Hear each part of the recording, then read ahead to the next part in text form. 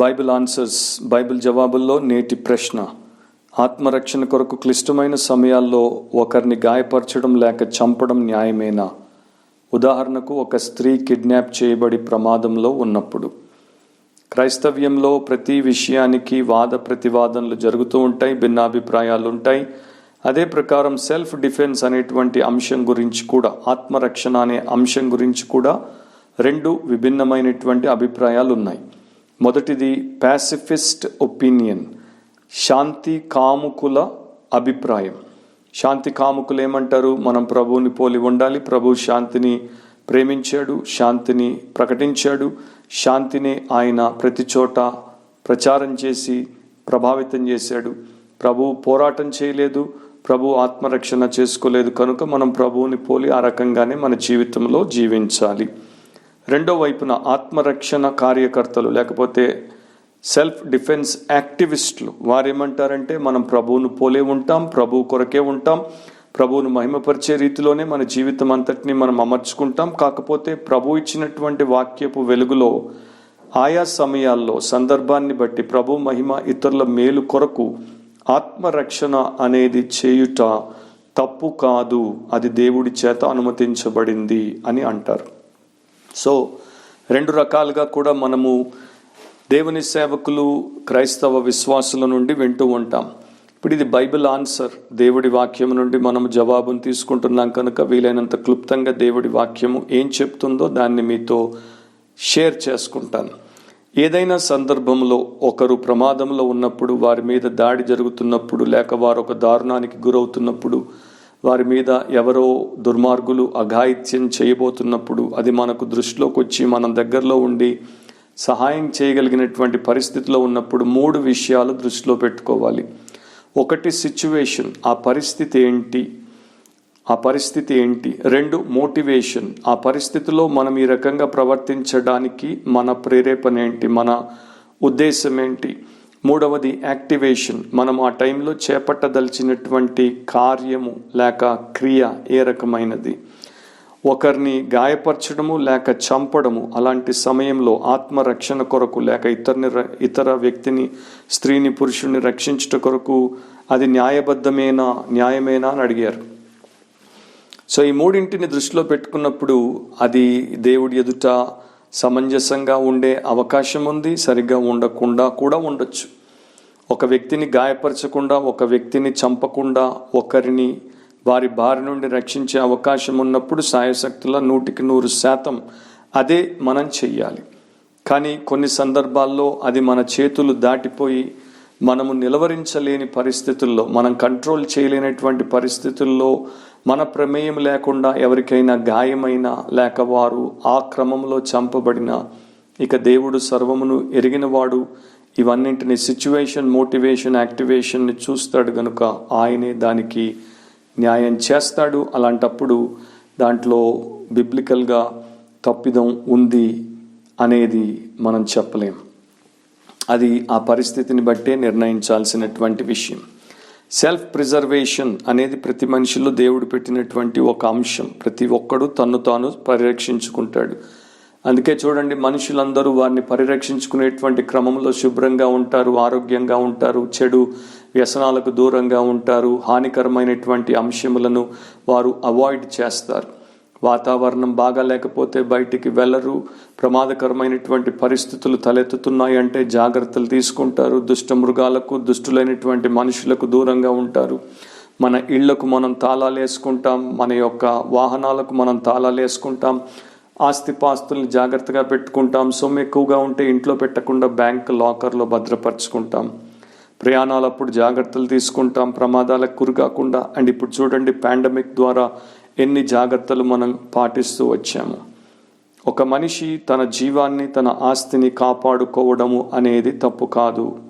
ఒక క్రిస్టియన్ లైఫ్ని, ప్రాపర్టీని ప్రొటెక్ట్ చేయడం తప్పు కాదు, ప్రిజర్వ్ చేయడం తప్పు కాదు. పాత నిబంధనలో ప్రజలు తమను తాము రక్షించుకున్నారు, సమర్థించుకున్నారు. కొత్త నిబంధనలో కూడా తమను తాము డిఫెండ్ చేసుకుని, ప్రొటెక్ట్ చేసుకున్నటువంటి వారు మనకు కనపడతారు.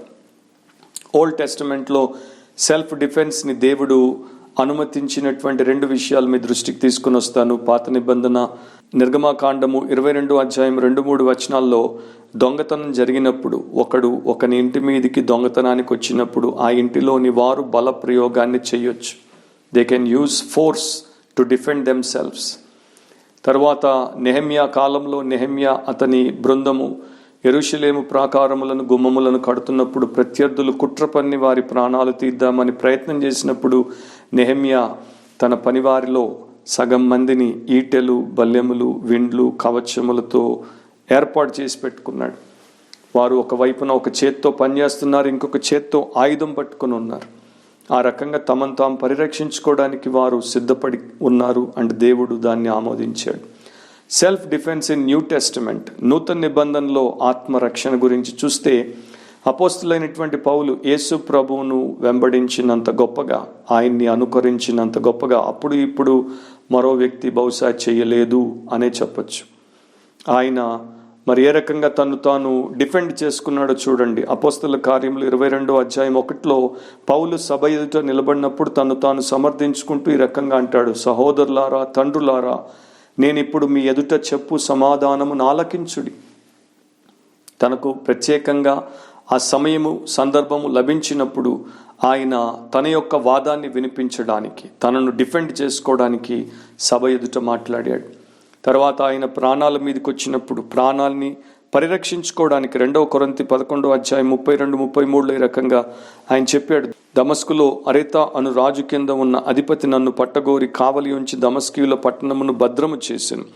అప్పుడు నేను కిటికీ గుండా గోడ మీద నుండి గంపలో దింపబడి అతని చేతిలో నుండి తప్పించుకొని పోతిని. సో పౌలు ఆ రకంగా తన ప్రాణాన్ని పరిరక్షించుకున్నాడు.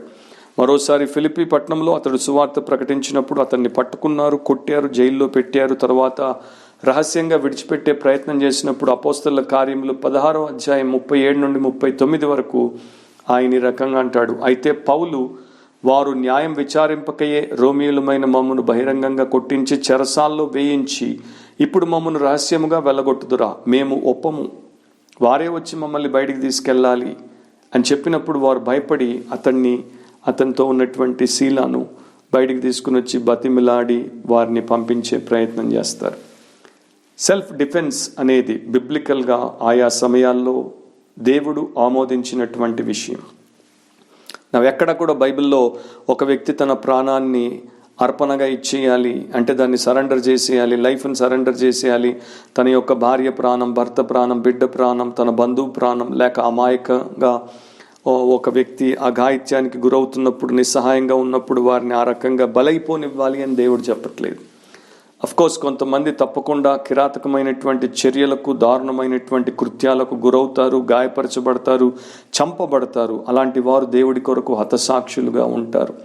అది వారి పట్ల దేవుడి చిత్తం. కానీ ప్రాథమికంగా దేవుడు అందరినీ తమ ప్రాణమును, ఆస్తిని పరిరక్షించుకోమని చెప్పాడు. వివేకంతో వారు న్యాయబద్ధంగా దాన్ని చేసినప్పుడు అది తప్పుగా ఎంచబడదు.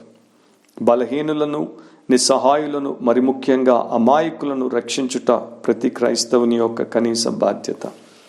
మరి ఇప్పుడు ప్యాసిఫిస్టులు మత్తయి సువార్త 5:39 వినియోగిస్తారు. శాంతి కాముకులు వారు ఏమంటారు? మత్తయి 5:39లో ప్రభు చెప్పినటువంటి మాట ప్రకారమే మనం ఉండాలి.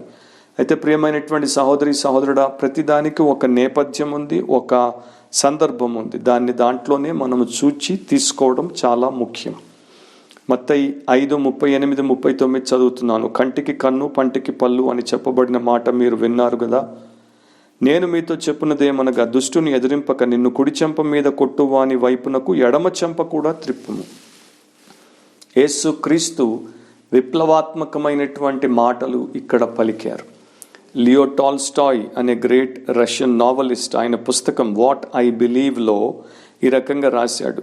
నేను క్రీస్తు ప్రకటించినటువంటి కొండ మీద ప్రసంగాన్ని లోతైన అధ్యయనం చేసిన తర్వాత, నా ఆత్మ పరిశీలన చేసుకున్న తర్వాత నేను గ్రహించింది ఏంటంటే, ప్రభు చెప్పినటువంటి మాటలను యథావిధిగా తీసుకోవాలి.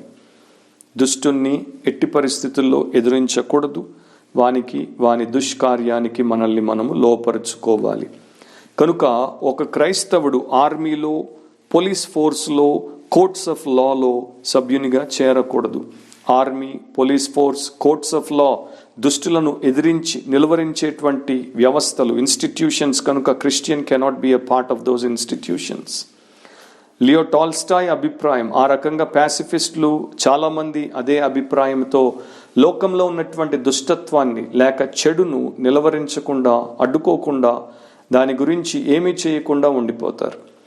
ఒక పెద్ద ఆయన క్రైస్తవుడు నిజంగానే ఆయన కంటి ఎదుటి ఆయన కుమార్తె, అల్లుడిని వారి ఆస్తి తగాదా విషయంలో ప్రత్యర్థులు మీద పడి దారుణంగా కొట్టి శారీరకంగా హాని తలపెడుతుంటే చూస్తూ మిన్నకుండిపోయాడే తప్ప వారికి ఏ రకంగా కూడా సహాయము చేయలేదు, సహాయమును పిలిపించను లేదు.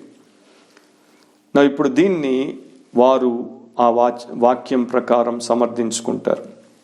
మత్తయి 5:39 బైబిల్ కామెంటేటర్లందరూ ఒప్పుకునేటువంటి విషయం ఏంటంటే, అక్కడ యేసు ప్రభు మాట్లాడినటువంటి విషయానికి ఒక సందర్భం ఉంది, ఒక సంబంధం ఉంది. ఎవరైనా సరే ముఖం మీద కొడితే అప్పుడు ఇప్పుడు అది చాలా అవమానకరమైనటువంటి చర్య. అంత మాత్రమే కాదు, కుడి చెంప మీద ఎవడైనా కొడితే ఎడమ చెంప చూపించమని యేసు ప్రభు చెప్పాడు. మీరు నా కుడి చెంప మీద కొట్టాలంటే మీ అరచేతితో కొట్టలేరు, మీ చేతి వెనుక భాగంతో కొట్టాలి. మరి అది ఇంకా హేయమైన హ్యూమిలియేటింగ్ థింగ్ అన్నమాట. ఒక విశ్వాసి తన విశ్వాసమును బట్టి దేవుని మహిమ కొరకు, ఇతరుల క్షేమం కొరకు, వారి రక్షణార్థం, తన సాక్ష్యార్థం ఆ రకంగా అతడు హింసను భరించి, అవమానమును భరించి, దానికి తను తాను అప్పగించుకుని ఊరుకుండుట సమంజసమే. ఆ సమయంలో దానికి దేవుడు అనుమతినిచ్చాడు. ఇక్కడ రైట్ టు రిటాలియేషన్, పగ తీర్చుకునేటువంటి లేక రైట్ టు రెట్రిబ్యూషన్, ప్రతీకారం తీర్చుకునేటువంటి హక్కును నేను విసర్జిస్తున్నాను, వాడుకోవట్లేదు. క్రైస్తవుడిని కనుక నేను వాడుకోవట్లేదు. పాత నిబంధనలో పంటికి పన్ను, కంటికి కన్ను, కానీ కొత్త నిబంధనలో క్రీస్తు ఒక చెంప మీద కొడితే ఇంకో చెంప మీద చూపించమన్నాడు. ఆ రకంగా క్రీస్తు ప్రేమ సువార్తను ప్రపంచానికి ప్రకటింపచేసి శత్రువులను మిత్రువులుగా మార్చుకోవడానికి. ఏ ప్రభు అయితే ఈ మాటలు చెప్పాడో ఆయన జీవితంలోనే ఇది జరిగినప్పుడు ఆయన ఇంకొక చెంప చూపించలేదు. యోహాను సువార్త 18:22-23 ఆయన ఈ మాటలు చెప్పినప్పుడు, దగ్గర నిలిచి ఉన్న బంట్రౌతులలో ఒకడు ప్రధాన యాజకునికి ఇలాగూ ఉత్తరం ఇచ్చుచున్నావా అని చెప్పి యేసును అరచేతులతో కొట్టెను. అందుకు యేసు, నేను కాని మాట ఆడిన ఎడల ఆ కాని మాట ఏదో చెప్పుము, మంచి మాట ఆడిన ఎడల నన్నేల కొట్టుచున్నావనెను. ఇక్కడ సందర్భం ఉంది. సందర్భాన్ని బట్టి, అవసరాన్ని బట్టి ప్రభు అయినటువంటి యేసు ఆ రకంగా ప్రవర్తించాల్సి వచ్చింది. మాథ్యూ హెన్రీ అనేటువంటి బైబిల్ కామెంటేటర్ అంటాడు, క్రైస్తవులు వివాదముల్లో పడకూడదు. చిన్న గాయములు, అవమానములను వారు పట్టించుకోకుండా వాటికి తమను తాము అప్పగించుకొని వాటి విషయంలో పగ తీర్చుకునే వారిగా కాకుండా మేలు చేసేటువంటి వారిగా వారు మసులుకోవాలి. మత్తయి సువార్త 10:23 ఏసైతే ఒక చెంప కొడితే ఇంకొక చెంప చూపించమన్నాడో ఆయనే, వారు ఈ పట్టణంలో మిమ్మల్ని హింసించున్నప్పుడు మరి ఒక పట్టణానికి పారిపోమ్మని చెప్పాడు. సో ఒక పట్టణంలో మిమ్మల్ని హింసిస్తూ మాటి మాటికి మీకు అదే ఎదురవుతూ ఉంటే ఇంకొక పట్టణానికి మీరు పారిపోండి. ప్రభు మేము నడిపించినట్టు మీరు నడుచుకోండి. యేసు ప్రభు ఆ రకంగా చేశాడు. లూకా 4:29-30 వరకు మీరు చూస్తే ఆగ్రహముతో నిండుకొని లేచి ఆయనను పట్టణంలో నుండి వెళ్ళగొట్టి ఆయనను తలక్రిందుగా పడద్రోయవలనని తమ పట్టణము కట్టబడిన కొండ పేటు వరకు ఆయనను తీసుకొని పోయిరి. అయితే ఆయన వారి మధ్య నుండి దాటి తన మార్గమున వెళ్ళిపోయెను.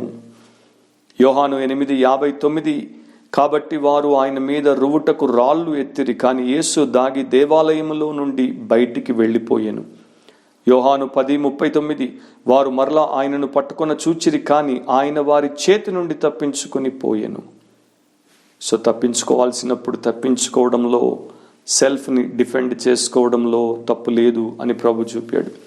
ఇంకొక పాసిఫిస్ట్ ప్యాసేజ్ ఉంది, శాంతి కాముకులు తరచు వాడే పాఠ్య భాగం ఉంది. రోమీలకు రాసిన పత్రిక 12:17-21 వరకు, కీడుకు ప్రతి కీడెవనికి చేయవద్దు, మనుష్యులందరి దృష్టికి యోగ్యమైన వాటిని గూర్చి ఆలోచన కలిగి ఉండుడి, శక్యమైతే మీ చేతనైనంత మట్టుకు సమస్త మనుషులతో సమాధానముగా ఉండుడి, ప్రియులారా, మీకు మీరే పగ తీర్చుకొనక దేవుని ఉగ్రతకు చోటీయుడి. పగ తీర్చుట నా పని, నేనే ప్రతిఫలం నెత్తును అని ప్రభు చెప్పుచున్నాడని వ్రాయబడి ఉన్నది. కాబట్టి నీ శత్రువు ఆకలిగొని ఉంటే అతనికి భోజనం పెట్టుము, దప్పిగొని ఉంటే దాహమిమ్ము. అలాగు చేయుట వలన అతని తల మీద నిప్పులు కుప్పగా పోయెదువు. కీడు వలన జయింపబడక మేలు చేత కీడును జయించుము. ఇక్కడ వారు అనుకున్నది ఏంటి అంటే, సెల్ఫ్ డిఫెన్స్ అనేది ఈవిల్, ఆత్మరక్షణ అనేది చెడు, పాపము. కనుక ఈ రకంగా ఈ వచనాలను బట్టి మనము ఆత్మరక్షణను చేసుకోకూడదు అని అన్నారు. జాగ్రత్తగా మీరు ఆ వచనాలు చదివితే అక్కడ ఆత్మరక్షణకు సంబంధించింది కాదు నేర్పబడేది.